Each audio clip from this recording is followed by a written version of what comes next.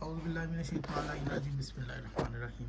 साबका वीडियो में हमने आपको बताया कि इलियास कादरी ने अपने बेटे को नामज़द किया अपनी वलीअहदी के तौर पर, और उसने एक दलील ये भी कुरान की दी कि तुम मुझे अपने पास से कोई ऐसा दे डाल जो मेरा काम उठा ले, मेरा जानशीन हो और औलाद यकूब का वारिस हो।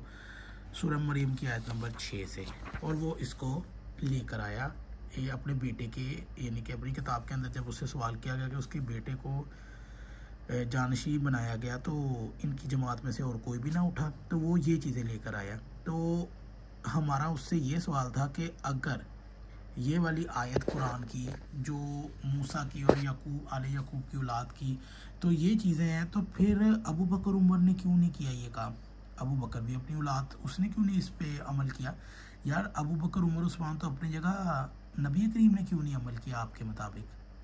अगर किया तो फिर तो हज़रत अली को खलीफा जानशी होना चाहिए था, फिर तो अबू बकर का दावा ही गलत है और झूठा था।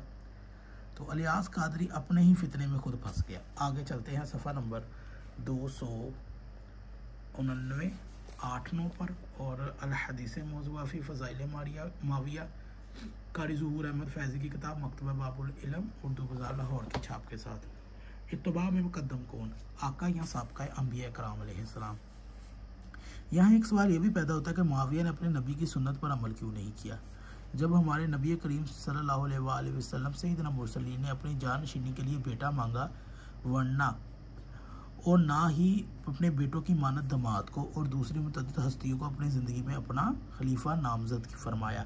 ये इनका यानी कि सिस्टम है शिया मकतबा फ़िक्र में, ऐसा कुछ भी नहीं है। तो आखिर क्या मजबूरी थी कि मुआविया ने नबी अंबिया कराम की सुन्नत से रूगर्दानी करते हुए बनी इसराइल के अंबिया कराम की सुन्नत को अपना लिया? इसीलिए इत्तबा में मुकद्दम इमामुल मुरसलीन और सैयदुल आलमीन मोहम्मद रसूलुल्लाह सल्लल्लाहु अलैहि वसल्लम या साबका अंबिया कराम अलैहिस्सलाम बगोश होश सुने, और नबी करीम ने इरशाद फरमाया, उस ज़ात की कसम जिसके कब्ज़ा कुदरत में मेरी जान है, अगर मूसा भी ज़िंदा होते तो मैं उन्हें मेरी इत्तबा के लिए बग़ैर कोई चाराकार ना होता।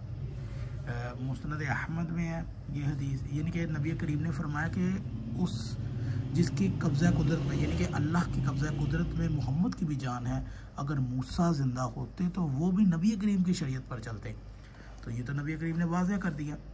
और इस हदीस पाक में है कि उस ज़ात की कसम जिसकी कब्ज़ा कुदरत में मेरी जान है, अगर मूसा अब तुम्हारे दरमियान आ जाए और तुम मुझे छोड़कर उनकी पैरवी करने लगो तो खुली गुमराही के मुर्तकब हो जाओगे।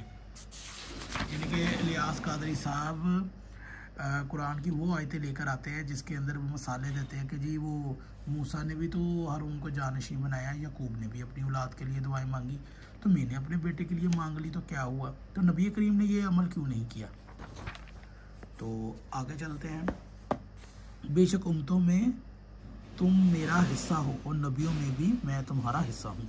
मुस्नद अहमद और इनकी मुस्नद बाज़ार और दीगर कुतुब के हवाला जात आपके सामने हैं। इससे मालूम हुआ कि अमीर अहले सुन्नत के इस्तिदलाल के मुताबिक उनके मधु साहब का अंबिया अलैहिस्सलाम की सुन्नत अपना कर इमामुल अंबिया की सुन्नत से रूह गुरदानी के मुर्तकब हुए। तो ये थे इलियास कादरी का फितना, जो वो अपनी ही मर्ज़ी से क्यास करके कुरान की आयतों को अपने बच्चों के हक़ में कभी पेश करता है, कभी यजीद वाला फितना जो मुआविया उसके नाम पर 600 मसाजिद बनाकर ये साबित करने की कोशिश करता है कि उसको सहाबा से बहुत प्यार है, जबकि ये शख्स कभी भी ये नहीं बताएगा कि अबू ज़र के नाम पर इसने कितनी मस्जिदें बनाई हैं, अम्मार के नाम पर कितनी मस्जिदें बनाई हैं इस बंदे ने, और उनके कातिल कौन थे, उनके कातिलों के नाम क्यों नहीं लिखवाता अपनी मस्जिदों के बाहर।